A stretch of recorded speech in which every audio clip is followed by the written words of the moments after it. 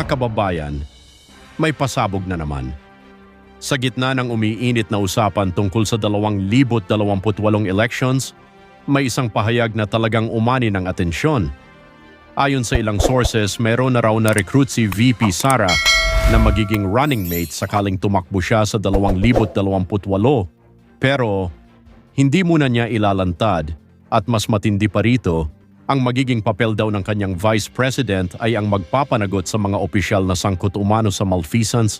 Samantalang siya, tutok daw siya sa trabaho ng Pangulo. Strategic ba to? Political messaging? O maagang paghahanda? Pag-usapan natin. Sa isang panayam na inere, ipinaliwanag ni VP Sara ang kanyang pananaw sa pamamahala kung sakaling mahalal siya bilang Pangulo sa 2028. Diretso ang mensahe niya. Hindi pwedeng puro pananagutan lang. Hindi pwedeng puro trabaho lang. May balance. At ayon sa kanya, yung kanyang na-recruit na vice president ang mangunguna raw sa paghahabol at pagsasampa ng kaso laban sa mga tiwaling opisyal.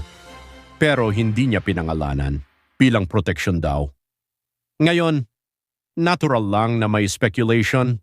Ayon sa ilang netizens, tila si raw ang tinutukoy ay matindi talaga sa parehong larangan ng politika at usaping legal. Pero malinaw tayo, wala pong direktang kumpirmasyon. Netizens' observation lang ito. Ang basehan nila? Si Senator Marcoleta ay kilala sa matapang na pagtindig sa ilang isyu ng gobyerno at sa kanyang mga privilege speech at pagbusisi sa mga ahensya. Kaya para sa ilan, swak raw ang personalidad sa role na magpapanagot. Pero ulitin natin, hindi ito opisyal na pahayag, hindi pinangalanan ni VP Sara. Ang pinakatumama talaga sa marami ay ang linya niyang, hindi mo ako madaling matakot. At dinugtungan pa niya ng, kahit tatay niya si dating Pangulong Rodrigo Duterte, hindi raw siya basta natatakot o basta sumusunod.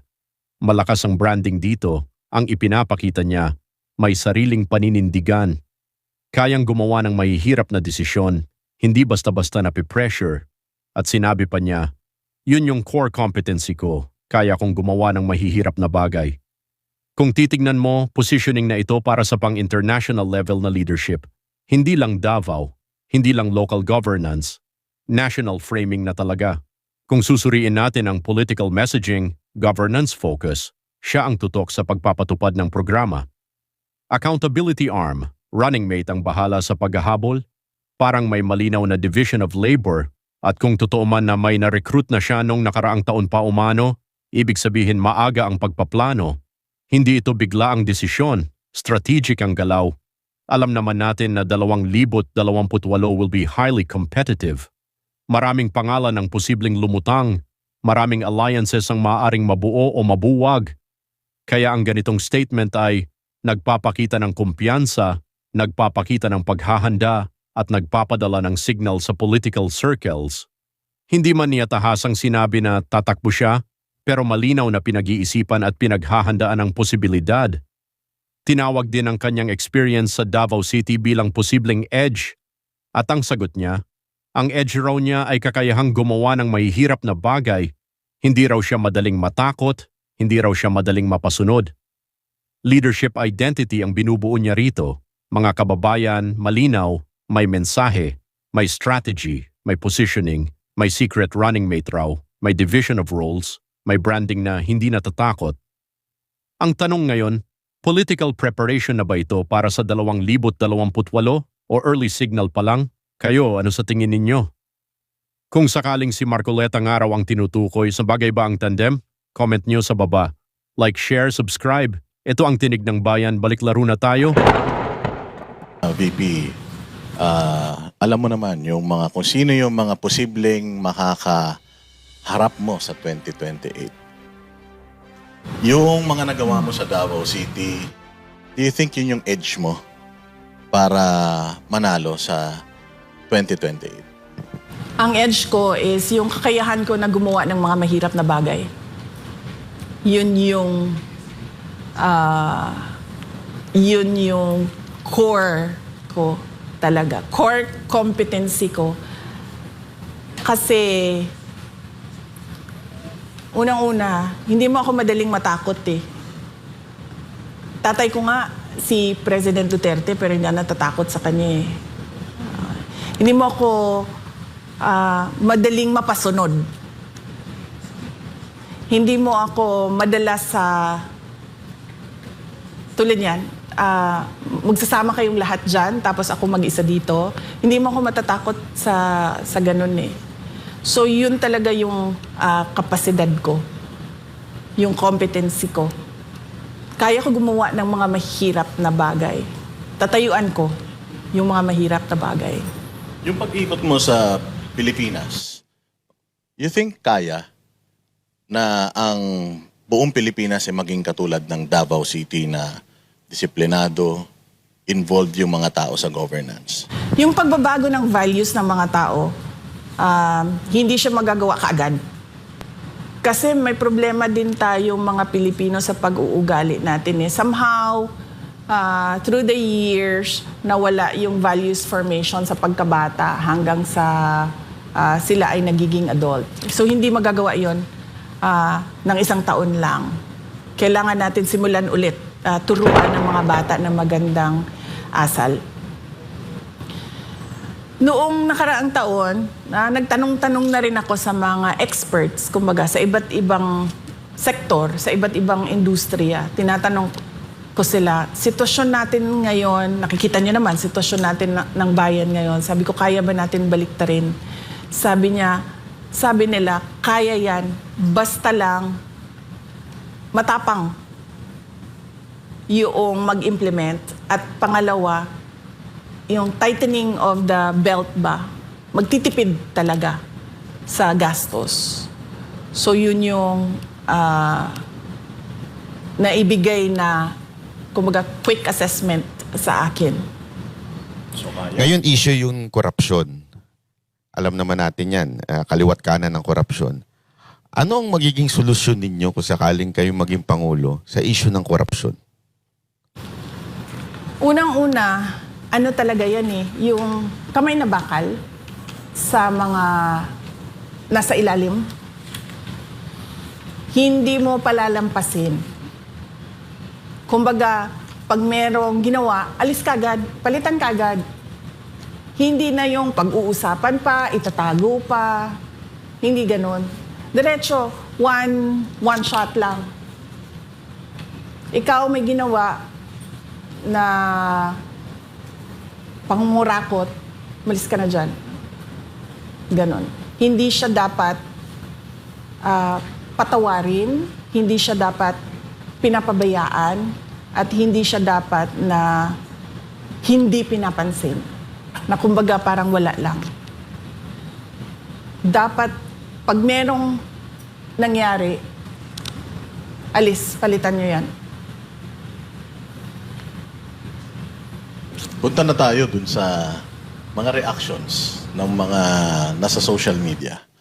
Lalong-lalo na nung mga ayaw kay VP at nabulabog doon sa inyong pagde-declare. Sabi nila kulang daw yung paghingi mo ng apology. Dapat daw mag-apologize ka doon sa mga remarks mo against the president and yung iba pang mga sinasabi nila na nagawa mo. Bakit ako mag-apologize sa remarks ko sa Pangulo? Hindi nga sila nag-apologize sa ginawa nila sa akin. Documented ang mga threats sa akin. Hindi namin yan nilalabas kasi nga meron pang impeachment na mangyayari at yun ay subject nila sa impeachment nila. Ang masasabi ko lang dyan, hindi nga krimen, nagiging impeachable offense. So hindi ako magsusorry sa kanila. Sila muna magsorry sa akin dahil documented yung threats namin.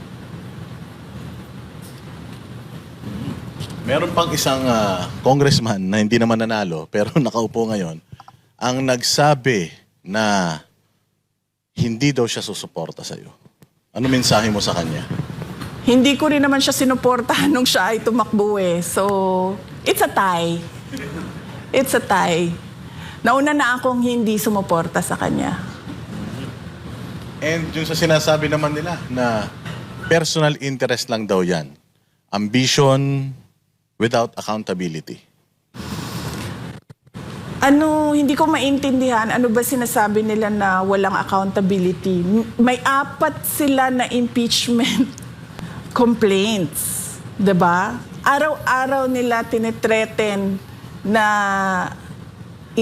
iimbestigahan, magta-trial, i-impeach.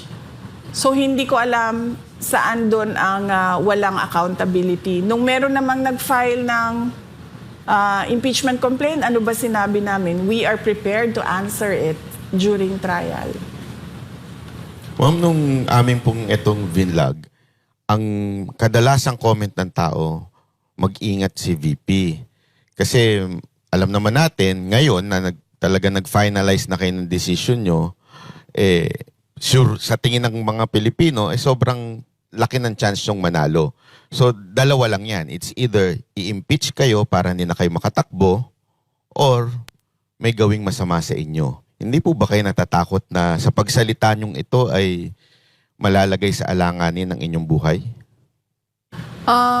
Hindi na ako takot kasi kasama na yun sa desisyon ko na posibleng gagawin sa akin.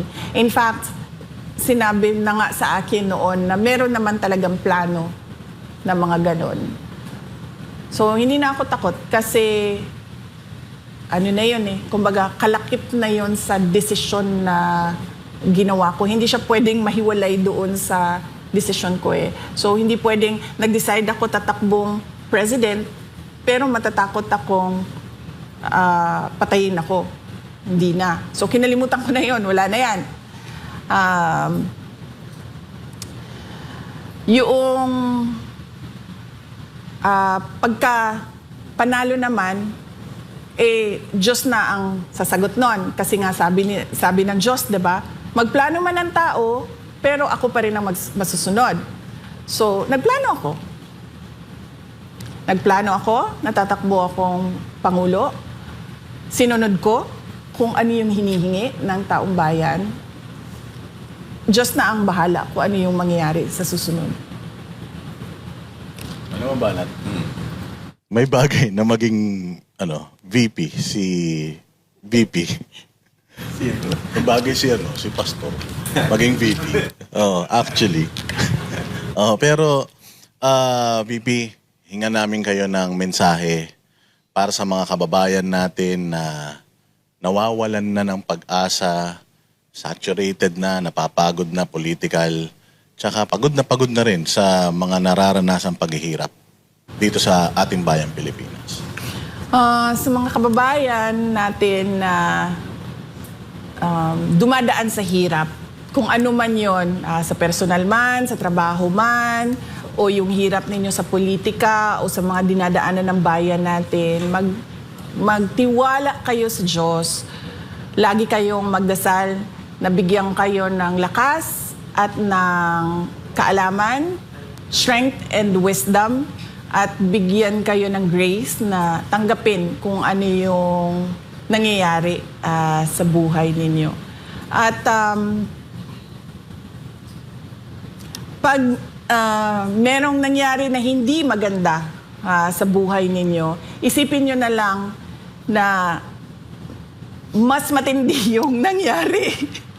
Mas matindi yung nangyari sa buhay ko. So, hindi yan ang katapusan ninyo. Kasi merong isang tao na mas matindi pa ang dinaanan. Pero hindi mag-give up. Last question. Alam naman po natin, bansa natin ngayon is polarized na masyado. At isang ang hesitant ng iba na parang baka pag nanalo kayo, magagantihan lang. Kayo po ba isang magiging presidente na mag-unify sa ating bansa? O magiging vengeful? Wala kasi sa ugali ko yung pagiging vindictive at ano bang tawag dyan? Yung gumaganti. Kung makikita nyo sa governance ko, noong ako ay mayor ng Davao City, tumanggap din nung kampanya, tumanggap din ako ng sobrang katakot-takot na banat mula sa naging katunggali ko at the time bilang mayor candidate. Pero nung ako ay umupo, tapos na yun lahat. Nung nangyari nila, ng banat nila sa kampanya, lahat ng sinabi nila, wala na yon. Tapos kung maalala nyo, nung ako ay mayor, hindi ako gusto ng mga tao na nakapalibot kay dating Pangulong Rodrigo Duterte. Hindi naman natin tinatago iyan.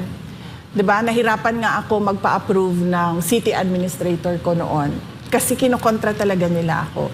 Pero hindi ko naman sila binalikan. Ang dami nilang pahirap na ginawa sa akin. Pero pinabayaan ko lang na para bang, sige, yan yung gusto nyong gawin, gawin nyo lang. So, wala sa history ko sa history ng trabaho ko ang gumaganti. Kung nakita nyo sa Office of the Vice President, pag upo ko dyan, karamihan dyan ay mga appointees ni Vice President Leni Robredo. Pero hindi ko sila pinaalis. Hindi ko sila sinabihan na papalitan namin kayo ng mga tao namin na pwede naman namin gawin dahil yung mga hindi permanent positions ay wala naman security of tenure yon.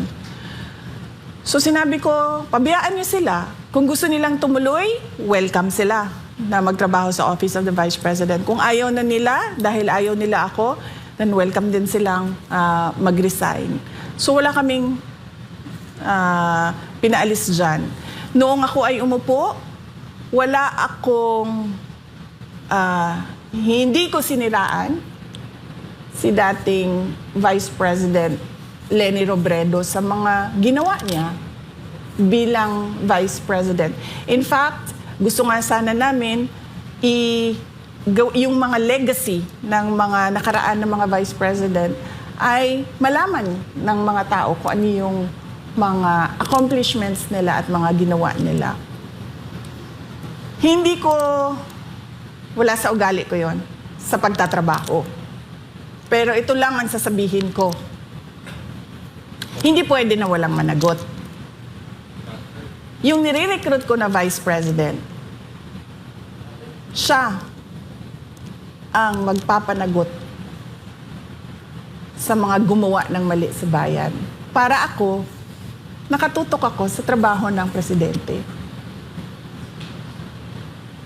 Mukhang naging bala ko doon Mukhang may clue tayo May clue ka? Oo, mukhang alam ko na. Pero alam mo ko, naniniwala ako na mananalo si VP bilang presidente. Kasi marami ng revelations kay Pastor na maraming beses actually mas maraming beses daw niyang napanaginipan na si VP magiging presidente kesa kay PRRD. So again, VP, salamat po sa inyong pagpaunlak sa aming imbitasyon and it's a great honor and opportunity na alam namin hindi kayo nagpapa-interview pero nagtiwala kayo sa Vox Populi and sa Banateros. So thank you very much, madam. And good luck po sa inyong pagtakbo bilang presidente sa 2028. Pari po. Salamat po, ma'am. At sana kahit presidente na kayo, ma-interview namin kayo. Salamat po. Ito yung huli natin. Kasi kung meron kayong ibang content, labas sa declaration speech ko, ay mag-schedule tayo ng iba pang